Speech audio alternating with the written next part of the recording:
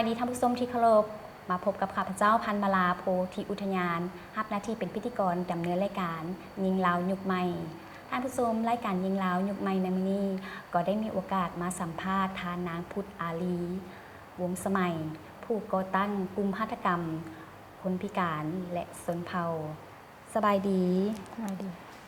ขอเรียนเชิญทานแนะนำตนเองและบอกบทบาทในโครงการนี้ให้ทานผู้ชมได้รับรู้เจ้าสบายดีข้าพเจ้าชื่อพุทธอาลีวงสมัยเนาะเป็นผู้ก่อตั้งกลุ่มหัตถกรรมคนพิการและชนเผ่าอยู่บ้านสมสนุกเนาะหรือว่าใกล้ๆเบียร์ลาวนี่ตัวหัตถกรรมคนพิการนี่เป็นธุรกิจเพื่อสังคมเนาะเพื่อช่วยเหลือและก็สร้างงานอาชีพให้กับผู้พิการของบ้านเฮาเนาะเพราะว่าสมาชิกคนพิการที่ว่ามาอยู่นำพวกเขาหันล้วนแล้วแต่มาจากหลายๆชนเผ่ามาจากต่างแขวงเนาะส่วนหลายก็จะอยู่ห่างไกลซอกลีกเป็นกลุ่มคนพิการที่ว่าบ่ได้กระเจ้าบ่สามารถเข้าถึงการศึกษาเนื่องจากว่าด้วยสถานภาพครอบครัวของกระเจ้าแล้วก็ความพิการของกระเจ้าเนาะกระเจ้าบ่สามารถบางคนก็ย่างบ่ได้บางคนก็บ่สามารถย่างไกลได้สินะล่ะเนื่องจากว่าบ้านกระเจ้าอยู่ห่างไกลซอกลีกจากโรงเรียนเนาะที่เฮ็ดให้อุปสรรคให้ก็จะมีอุปสรรคหลายอย่างที่จะเข้าถึงการศึกษาเพราะฉะนั้นกลุ่มคนพิการเหล่านี้ก็เจ้าก็อยากจะมีงานอาชีพเป็นของตัวเองเนาะซึ่งก็เจ้าก็มองหาแต่ก็บ่ฮู้ว่าในเมื่อเฮาบ่ได้เรียนหนังสือแบบนี้เฮาสิสามารถซอกเวียกเฮ็ดงานทำแนวใดเนาะผู้ดีข้าพเจ้าเองก็เป็นผู้นึงเนาะเป็นผู้หญิงคนนึงที่ว่าก็เป็นมีความพิการอยู่ในนั้นเป็นขาโปลิโอเนาะก็เลยว่ามีความคิดอยากจะเฮ็ดโครงการตัวนี้เพื่อเฮ็ดสานฝันให้กับผู้พิการกลุ่มนี้ให้กับเจ้าได้มีงานอาชีพแล้วโครงการและกลุ่มหัตถกรรมคนพิการและชนเผ่านี่มีที่มาที่ไปคือแนวใดลักๆเนาะตอนนั้นแรกๆแม่นเนื่องจากว่าข้าพเจ้าตั้งใจอยากจะสร้างโครงการตัวนี้ข้าพเจ้าก็เลยตอนนั้นยังเฮ็ดเวียกอยู่เนาะแล้วก็ประหยัดเนาะเก็บทอนเงินเดือนของตัวเองนี่แหละออกมากับตอนปีทำอิฐพวกเฮาก็มีทหาร6คนเนาะในการเฮ็ดโครงการตัวนี้ด้วยอาสาสมัครบ่มีเงินเดือนบ่มีเงินเดือนให้กันแต่ว่าเป็นอาสาแบบว่าเลิกเวียกมาเฮาก็มาร่วมตัวกันหลังเลิกเวียกหั่นแล้วก็ค่อยเฮ็ดมาได้ประมาณนั้นเข้าปีที่2เนาะเข้าปีที่2ก็พอดีเฮาได้พบกับลูกค้าคนญี่ปุ่นเนาะเพิ่นมีโครงการน้อยๆของเพิ่นอยู่ประเทศของเพิ่นหั่นแหละอยู่ญี่ปุ่นหั่นเพิ่นก็เลยเข้ามาส่งเสริมว่าพวกเฮายังขาดแคลนอุปกรณ์ตัวใดแน่ก็จะเป็นนั้นเพิ่นก็เลยเข้ามาช่วยแล้วมาฮอดปัจจุบันนี้หั่นนะก็จะมีอยู่โครงการเกาหลีเนาะโครงการเกาหลีซึ่งเพิ่นจะมาจากประเทศเพิ่นเองโดยตรงเนาะอันนี้เฮาก็บ่มั่นใจว่าชื่อโครงการเพิ่นเป็นชื่อแนวใดแล้วก็มีโครงการคอยกล้าน้ำเนาะคอยกล้ามีโครงการใจกล้าหั่นเพิ่นเข้ามาสนับสนุนงานกสิกรรมให้กับกลุ่มคนพิการของเฮานี่แล้วก็โครงการใจกล้าหันกระเมียนเพิ่นส่งเสริมเอาอาสาสมัครเนาะเอาอาสาสมัครมาเฮ็ดเวียกช่วยพวกเฮาโดยแม่นแล้วเป้าหมายแม่นมุ่งเน้นใส่กลุ่มใดและมีหลักเกณฑ์ใดที่จะมาเข้าร่วมกลุ่มโดยในการคัดเลือกกลุ่มคนพิการส่วนใหญ่เฮาก็บ่ได้จำแนกเนาะเฮายินดีต้อนรับหมดบ่ได้จำแนกแม้กระทั่งประเภทความพิการเนาะบ่ว่าจะหูหนวกบ่เป็นผู้พิการทั้งการได้ยินบ่ผู้พิการทั้งการสายตาแล้วก็ห่างกายเฮาก็มันก็เพราะว่าผู้พิการหลายๆคนก็เจ้ามีความสามารถพิเศษหลายพวกเฮาตั้งใจเนาะอยากจะสร้างธุรกิจนี้ให้มันเข้มแข็งเพื่อให้เพื่อส่งเสริมงานอาชีพอย่างมั่นคงให้กับผู้พิการอยู่บ้านเฮานี่ให้กับเจ้ามีชีวิตที่ดีขึ้นให้กับเจ้าเข้มแข็งด้วยตัวของกับเจ้าเองเนาะเพราะว่าพวกเฮาอยากจะเห็นความเปลี่ยนแปลงการใช้ชีวิตของคนพิการเฮาให้กับเจ้าได้มีบทบาทที่สำคัญให้กับเจ้าได้ให้กับเจ้าได้มีส่วนร่วมในการพัฒนาประเทศลาวเฮานำเนาะเพราะว่าอยากจะส่งเสริมอยากให้กับเจ้าหาเลี้ยงกุ้มตนเองแล้วก็บ่เป็นภาระให้ครอบครัวแล้วก็สังคมสินะตัวนี้ผลิตภัณฑ์ต่างๆที่ผลิตขึ้นมามีข้อยุ่งยากแนวใดที่ในการผลิตเจ้าโดยการออกแบบสินค้าของพวกเฮาแต่ละประเภทเนาะหลายๆประเภทสินค้าซึ่งเนื่องจากว่าพวกเฮาก็มีงบประมาณจำกัดเนาะย้อนว่าข้าพเจ้าเองเป็นผู้ก่อตั้งขึ้นมามีความ ตั้งใจอยากจะสร้างงานโครงการตัวนี้ขึ้นมาแล้วก็อีกตัวนึงเนาะนะคะพระเจ้าก็อยากจะนำเสนอสินค้าที่ว่าได้ขายดีกันหมู่เนาะเมื่อกี้นี่ก็อันนั้นก็คือพวกที่ว่าเฮาเอาขี้เหงื่อเนาะเอาขี้เหงื่อมาเฮ็ดอันนี้แม่นเฮาสามารถเฮ็ดห้อยต้นคริสต์มาสก็ได้หรือว่าเฮาจะเอาไว้โซก็ได้เนาะเอาห้อยพวงกระแจก็ได้จากใส่เจ้าวัสดุตัวนี้แล้วแม่นเฮาเอาถุงยางเนาะมาปั้นประมาณ3-4 ถุงนี่แหละปั้นจะได้ด้วยนึงเนาะจะได้ด้วยนึงแล้วเฮาก็มาเซลมันเป็นลายต่างๆเนาะตัวนี้ก็จะเป็นลายสลายมันจะออกมาจากลายผ้าสิ้นลาวเฮาเนาะแล้วก็ตุ้มหูนี่อันนี้เป็นสินค้าที่ว่าได้ขายดีที่สุดเนาะตัวนี้แม่นปีนึงเขาได้ขายปีก่ายนี่เขาได้ขายอยู่2,000 กว่าหน่วยเนาะ2,000 กว่าหน่วยแต่ก็ปีนี้ก็คาดคะเนน่าจะได้ประมาณ 3,000 ตุ้มหูตัวนี้คือกันเนาะตุ้มหูตัวนี้ก็ได้ขายดีแฮงเนาะทางลูกค้าอยู่ต่างประเทศก็เจ้า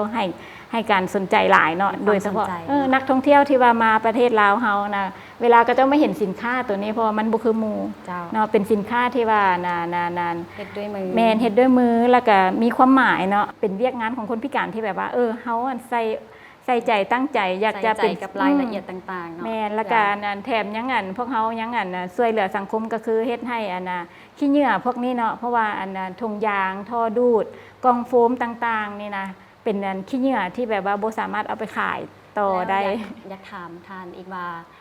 สินค้ามีจักประเภทแต่ละประเภทตัวใดที่ว่านิยมที่สังคมเอาไปสวมใส่เจ้าแม่นสลายก็จะเป็นพวกกระเป๋าน้อยๆเนาะใส่น้ำบัตรใส่พาสปอร์ตใส่เงินเนาะแล้วก็มีกระเป๋าเหรียญน้อยๆแน่ละตัวที่ว่าสังคมยังนิยมอยู่กับแม่นพวกเครื่องงานเครื่องประดับเนาะเนื่องจากว่าข้าพเจ้าก็เป็นผู้หญิงจะขาดตุ้งหูใส่คอบ่ได้เนาะแล้วบัดนี้ก็ไม่เห็นเฮาเป็นคนมักเรื่องการแต่งตัวแน่สินะละเครื่องประดับเนาะผู้หญิงเฮาจะขาดบ่ได้แล้วก็เลยมาเห็นว่าตลาดบ้านเฮาหั่นนะเครื่องประดับมันยังบ่ทันได้ตอบโจทย์ให้กับแม่หญิงลาวเฮาพอผู้หญิงเฮาเนาะบางเทื่อก็เปลี่ยนสีเนาะบางเทื่อมื้อนี้ข่อยใส่สีเขียวใส่สีแดงสินะแต่เฮาไป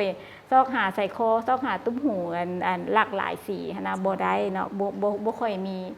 ละอีกอย่างนึงน้ำหนักก็หนักเนาะตุ้มหูหรือว่าเครื่องประดับอยู่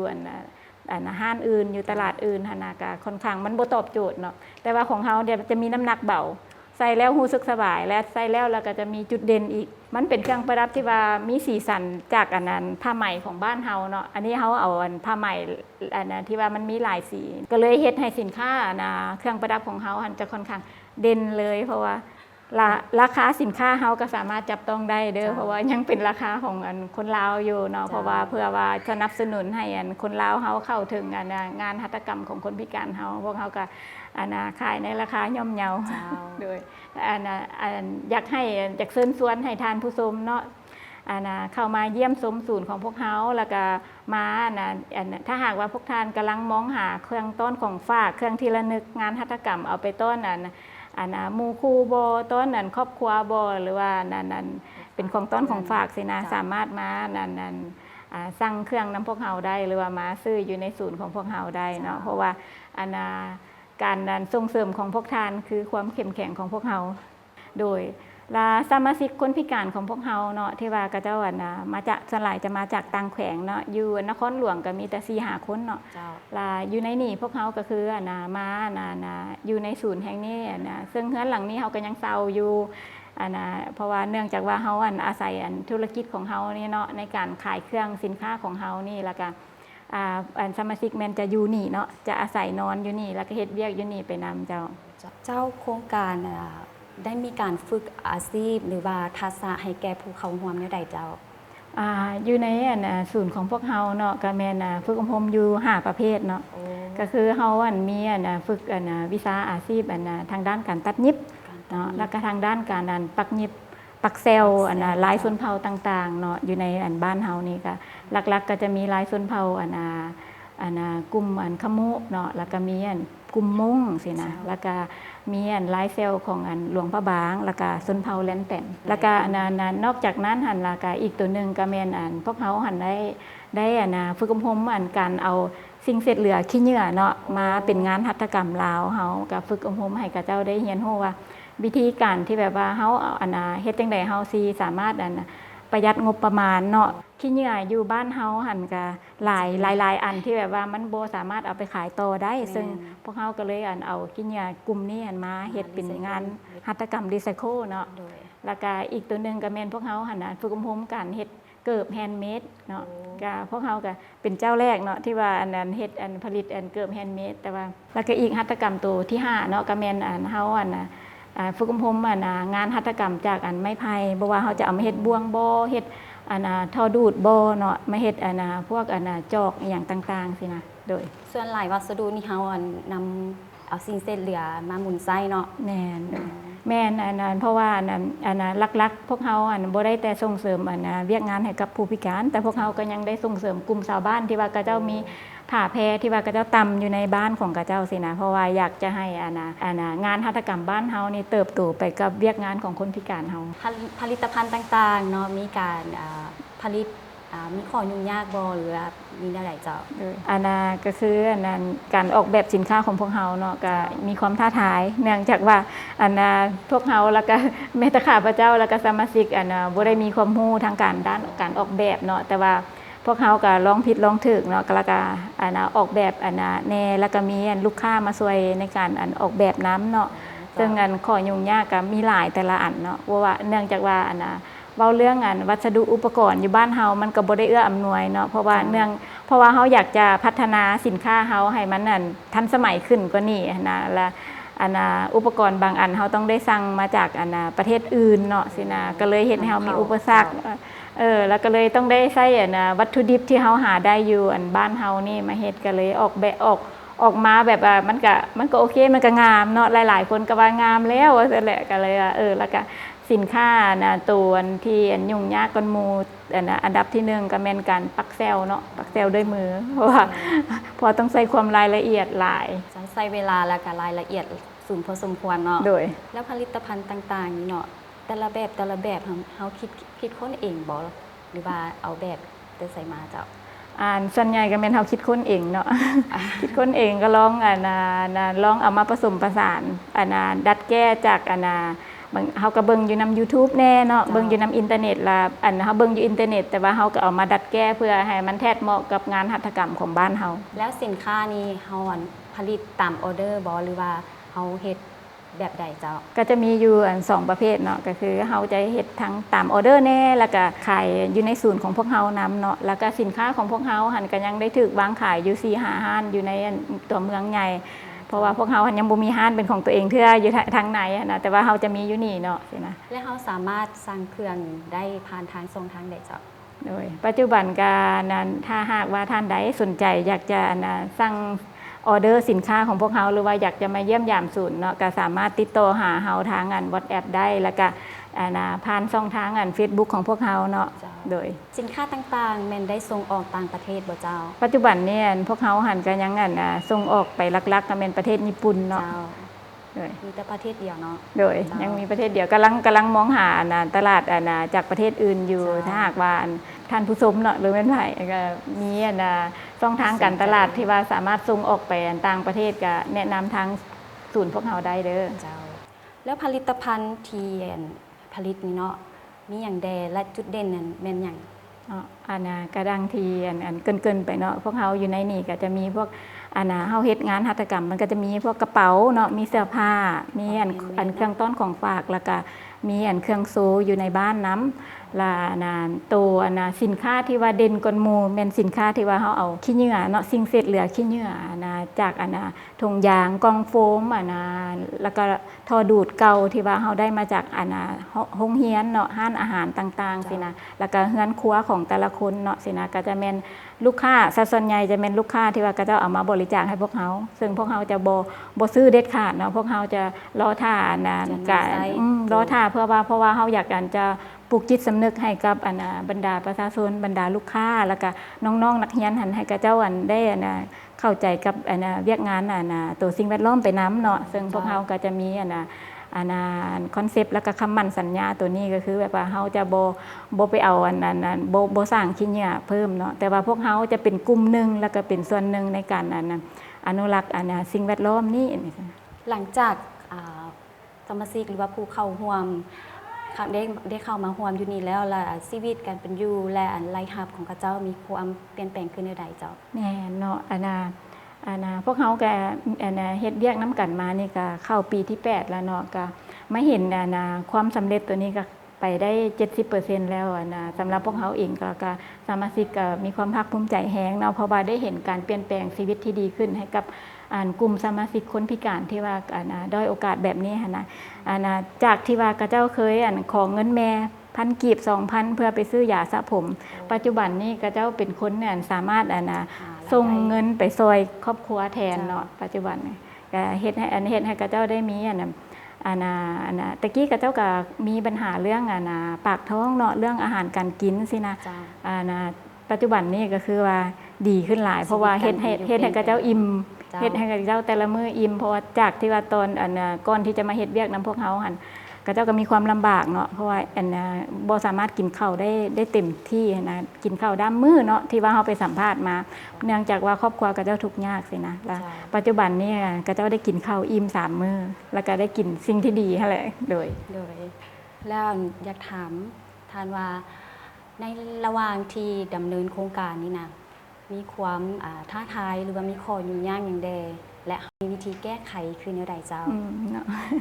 ตัวว่าเรื่องความท้าทายนี่ค่ะพระเจ้าก็อยากจะแบ่งปันความรู้ตัวนี้ให้กับแม่หญิงหลายๆคนที่แบบว่าอยากจะลองเฮ็ดธุรกิจหรือว่าอันใดอันหนึ่งแต่ว่าสำหรับธุรกิจของข้าพเจ้านี่มีความท้าทายหลายคนอื่นอีกเนาะซึ่งก็เป็นบทเรียนและก็ที่ดีให้กับสังคมได้มาแลกเปลี่ยนน้ำกันเนาะก็คือว่าการที่ว่าเฮาเฮ็ดเวียกร่วมกับผู้พิการที่ว่าเขาเจ้าด้อยโอกาสเนาะข้าพเจ้าต้องได้เป็นคนตัวตั้งตัวตีเป็นคนอันดับที่1เลยเป็นหลักเนาะเพราะว่าเนื่องจากว่าความถนัดของทีมงานคนพิการแต่ละคนบ่คือกันเพราะฉะนั้นข้าพเจ้าก็พยายามเนาะพยายามผลักดันอยากจะให้ข้าเจ้าเพิ่มทักษะเนาะเพราะว่าการที่ว่าเฮาส่งคนพิการมาเรียนอยู่นี่เฮาบ่ได้ให้ข้าเจ้าเป็นแค่พนักงานแต่เฮาฝึกอบรมส่งเสริมทักษะต่างๆบ่ว่าจะทักษะการนำใช้ชีวิตเนาะทักษะความรู้ต่างๆบ่ว่าจะด้านภาษาอังกฤษด้านคอมพิวเตอร์เนาะปัจจุบันทีมงานของเฮาหลายคนก็พอได้ภาษาอังกฤษก็หลายคำเนาะแล้วก็บางคนก็เริ่มใช้คอมพิวเตอร์ได้ดีขึ้นตัวนี้ข้าพเจ้าก็ส่งเสริมเนื่องจากว่าอยากจะมีผู้สืบทอดเรียกโครงการตัวนี้ต่อไปแล้วอยากถามว่าอยู่ในกลุ่มหัตถกรรมคนพิการและชนเผ่านี่เนาะมีสมาชิกจำนวนหลายปานใดแล้วเจ้าปัจจุบันนี้ก็30ปลายคนเนาะ35 คนซึ่ง15 คนแม่นกระเจ้าย้ายออกไปอยู่ทางนอกแล้วเนาะเนื่องจากว่ากระเจ้าสร้างครอบครัวแล้วก็กระเจ้าก็สามารถไปอยู่ห้องเช่าหรือว่ามีปลุกเงินด้วยตัวของกระเจ้าเองสินะแล้วก็ไปเปิดธุรกิจน้อยๆอยู่ในบ้านของเขาแล้วก็แต่ก็บ่ได้แต่ก็ยังเป็นสมาชิกของพวกเฮาเนาะเพราะว่าเพิ่นยังเอาสินค้าเอาเบี้ยของพวกเฮาไปเฮ็ดอยู่บ้านเพราะเฮาก็ส่งเสริมสามารถไปเฮ็ดอยู่งานได้แล้วก็ไปส่งเนาะหรือแม่นโดยมาเนาะชุมชนและภาคส่วนต่างๆมีบทบาทในการช่วยเหลือโครงการเฮานี้ได้ใดเจ้าโดยทางสังคมเนาะก็หลายภาคส่วนบ่ว่าจะเป็นทางภาครัฐหรือว่าทางเอกชนแล้วก็ทางองค์การจัดตั้งสากลเนาะอันนี้เพิ่นก็เข้ามาส่งเสริมพวกเราได้หลายพอสมควรเนาะอันนี้ก็เป็นมากหัวใจนึงเนาะที่ว่าเฮ็ดให้ข้าพเจ้าก็สามารถแบบว่าขับเคลื่อนโครงการตัวนี้กับทีมงานไปได้ดีเนาะเนื่องจากว่าทางเบื้องรัฐบาลเนาะเพิ่นก็จะเวลาเพิ่นมีงานมีกล่องประชุมมีงานอย่างต่างๆของ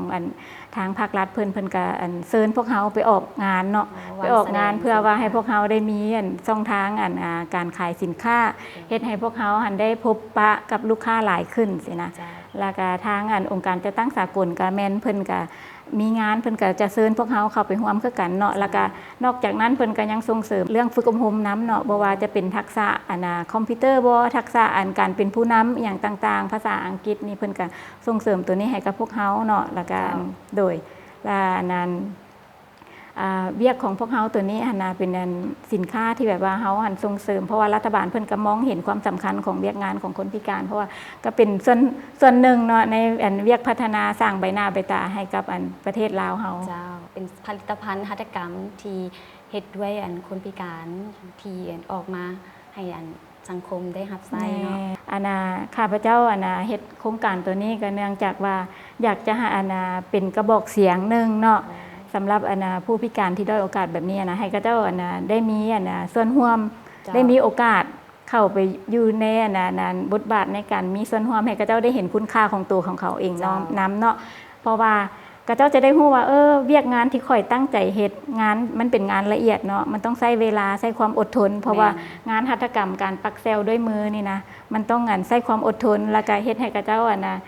ถึงจะเวียกเฮาจะใช้ความอดทนหลายเนาะแต่อย่างน้อยข้าเจ้าก็ดีใจเนาะว่าข้าเจ้าก็ได้มีส่วนร่วมในเวียกพัฒนาประเทศลาวเฮาได้เป็นส่วนหนึ่งว่าโอ้ถึงค่อยจะอยู่ไกลๆแน่หั่นน่ะก็ยังน้อยพวกเฮาก็ได้ออกมาสู่สังคมเฮ็ดให้สังคมได้เห็นความสามารถของพวกเฮาว่าคนพิการบ่ว่าจะประเภทใดเนาะก็เจ้ามีทักษะพิเศษก็เจ้ามีความสามารถพิเศษที่แบบว่าถ้าหากว่าพวกเฮาให้โอกาสกับเจ้าเนาะก็เจ้าก็จะสร้างผลงานตัวนี้มาเฮ็ดให้ประเทศลาวเฮามีชื่อเสียงในอีกบทบาทหนึ่งเจ้าก็มีความสามารถเนาะเห็นความสามารถถึงคนว่าพิการเขาก็มีคุณค่าและก็สามารถเฮ็ดผลงานออกมารับใช้สังคมท่านมีวิสัยทัศน์หรือแผนการจะขยายโครงการในต้นหน้าแนวใดเจ้าโดยอีก5 ปีข้างหน้าเนาะพวกเขาก็ยังจะสร้างศูนย์น้อยๆตัวนึงเป็นศูนย์พักพิงเนาะเป็นศูนย์พักพิงก็คือเนื่องจากว่าคนพิการเฮามันมีหลายประเภทเนาะแ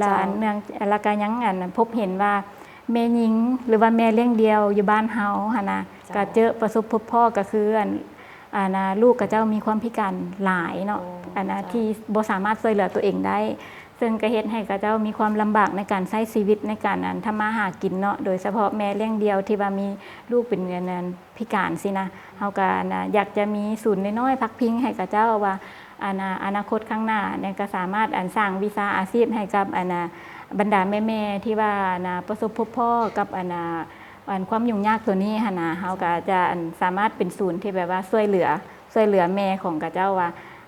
สามารถเอาลูกมาฝากกับพวกเฮาได้เนาะแล้วก็คนพิการนักที่ว่ากับเจ้าบ่สามารถช่วยเหลือตัวเองเนาะตัวนี้เฮาก็อยากจะมีศูนย์ช่วยเหลือกับเจ้าก็คือ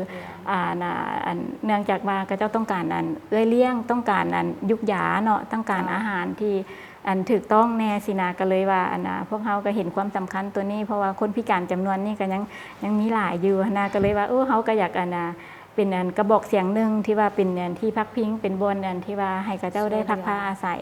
เพราะว่ากระเจ้าต้องการความช่วยเหลือหลายตัวนี้เลยสุดท้ายแล้วอยากให้ทานฝากข้อคิดหรือว่าข้อความถึงสังคมและผู้ที่สนใจอยากสนับสนุนโครงการนี้แนวใดเจ้าเลยเนาะข้าพเจ้าอยากจะฝากถึง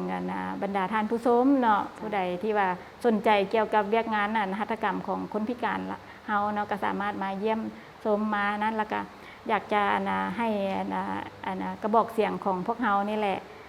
ที่พวกเฮาต้องการความช่วยเหลือแท้ๆก็เป็นการส่งเสริมเนาะการสนับสนุนสินค้างานหัตถกรรมของงานฝีมือของคนพิการเฮานี่เนาะแล้วก็อีกอย่างนึงก็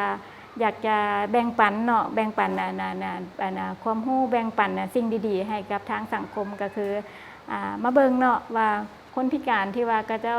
มีความแตกต่างเกิดมาแล้วก็จะมีความแตกต่างมีห่างกายที่บุคือหมู่แน่สินะก็เจ้ามีความคิดทางด้านบวกอีหยังแน่เพราะว่าอยู่ในนี่พวกเขาก็อยากจะเป็นเสียงตัวนึงเนาะที่ว่าเฮ็ดให้เพื่อให้ทุกคนที่ว่ากำลังย่อท้อกำลังแบบมีความคิดเฮาสิเฮ็ดหยังเฮามีปัญหาอย่างต่างๆอยู่ในชีวิตก็สามารถมาแลกเปลี่ยนนำพวกเฮาได้เนาะเพราะว่าพวกเฮาเป็นเสียงหนึ่งเนาะที่อยากจะฝากถึงบรรดาวัยหนุ่มอีกเนาะบรรดาวัยหนุ่มที่ว่าก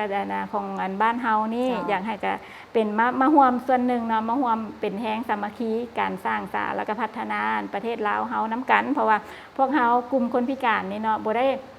พวกเฮาบ่เคยที่จะรอท่าความช่วยเหลือจากไผแล้วเนาะเพราะว่าพวกเฮา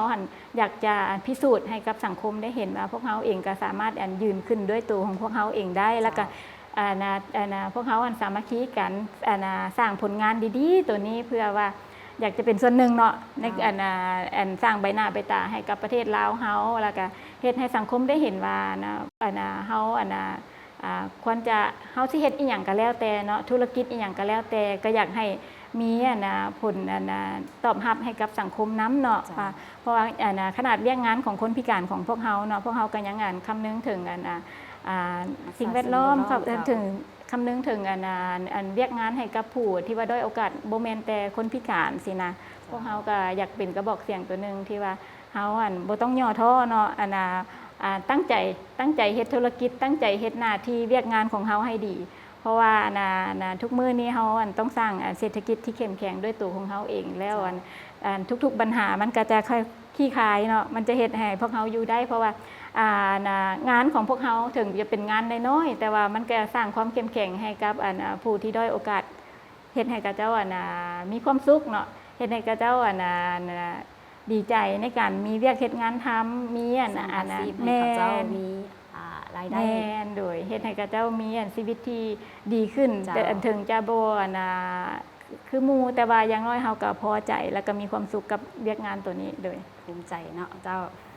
แล้วก็อีกเวียกงานตัวนึงเนาะพวกเขาก็มองหาอาสาสมัครเนาะถ้าหากว่าท่านใดมีความคิดมีประสบการณ์เนาะเกี่ยวกับการบริหารธุรกิจเพื่อสังคมแบบนี้นะข้าพเจ้าก็อยากได้อาสาสมัครเพื่อเข้ามาช่วยเนาะเข้ามาฝึกอบรมให้กับพวกเขาบ่มีความรู้ทางด้านตัวใดแน่มาสามารถมาแลกเปลี่ยนแล้วก็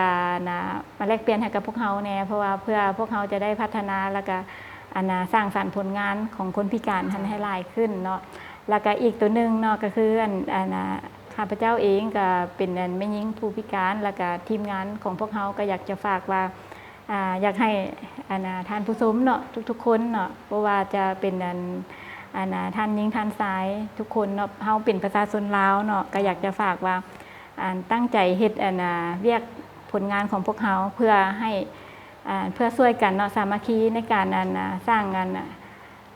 ธุรกิจสร้างเศรษฐกิจบ้านเฮานี่ให้เข้มแข็งเฮ็ดให้ประเทศลาวเฮามีความเข้มแข็งเนาะแล้วก็เชิญชวนน้องๆหลายๆคนเข้ามาเฮ็ดเวียกเพื่อช่วยเหลือสังคมเนาะเฮ็ดโครงการดีๆโครงการฮักบ้านเกิดบ่โครงการช่วยเหลือสังคมบ่ถ้าหากว่าท่านใดมีความคิดอยากจะเฮ็ดโครงการแบบนี้เนาะก็สามารถเอามาแลกเปลี่ยนกับได้พุทธอารีได้เพราะว่าพวกเฮาก็มีแลกเปลี่ยนประสบการณ์น้ำกันเพราะว่าพวกเฮาก็ข้าพเจ้าก็เฮ็ดเวียกตัวนี้มาก็ได้10 ปลายปีแล้วเนาะในการเพื่อสังคมนี่ก็อยากจะแบ่งปันน้องๆแล้วก็ให้น้องๆเอาไอเดียความคิดให้มาแบ่งปันน้ำกันโดยน้องๆเนาะน้องๆผู้ที่ว่ามีความพิการบางคนที่ว่ามีความสนใจเนาะอยากจะกำลังมองหาเวียกเฮ็ดงานทำหรือว่าผู้กลุ่มคนพิการที่ว่าเขาเจ้าบ่ได้รับการศึกษาเต็มที่เนาะเนื่องจากอุปสรรคที่ว่าเขาเจ้ามีอยู่ในทางด้านทางกายเนาะบ่ให้ย่อท้อเนาะถ้าหากว่าสนใจอยากจะมาเป็นส่วนร่วมเนาะมาร่วมอุดมการณ์เฮ็ดเวียกโครงการนำเอ้ยพุทธอารีก็สามารถติดต่อเข้ามาได้เด้อเพราะว่าพวกเขารับบ่จำกัดเลยเนาะบ่จำกัดสมาชิกเพราะว่าอยู่ในนี่พวกเขาก็มีเข้าน้ำเนาะมีสถานที่ให้แต่ว่าก็เป็นศูนย์น้อยๆแต่พวกเขาก็อยู่กันด้วยความหักความแพงอยู่ด้วยแบบเป็นครอบครัวเนาะก็เป็นครอบครัวที่2ให้กับผู้พิการเนาะอยู่ในนี่หันแม่นพวกเขาจะอยู่น้ำกันแบบว่ามีความสุขแบบอ้ายน้องแล้วก็บรรดาไอ้น้องคนพิการอยู่นี่กะเจ้าก็มีประสบการณ์กะเจ้ายินดีที่จะฝึกอบรมโตให้กับน้องๆผู้ต่อไปเพื่อว่ามาสืบทอดเวียกงานตัวนี้น้ำกันเนาะก็ขอเชิญชวนเด้อใจท่านนางพุทธอารีหลายๆเนาะที่ให้ความรู้เกี่ยวกับโครงการดีๆแบบนี้เพื่อสร้างรายได้ให้แก่คนพิการและชนเผ่าก็จังใดก็ขอฝากเนาะทั้งท่านผู้ชมหลายๆเนาะที่ให้โอกาสพวกเขาเนาะให้พวกเขาได้ได้ออกสู่สังคมได้แบ่งปันความรู้ตัวนี้แล้วก็ได้แบ่งปันเวียกงานผลงานของคนพิการเฮาเจ้าทานผู้ชมมาฮอดนี้รายการยิงลาวยุคใหม่ก็ใกล้จะหมดเวลาลงแล้วท่านสามารถติดตามชมรายการของพวกเราได้ใหม่ในอาทิตย์หน้าสำหรับมื้อนี้ข้าพเจ้าพร้อมด้วยแขกรับเชิญและทีมงานลาทานผู้ชมไปก่อนสบายดี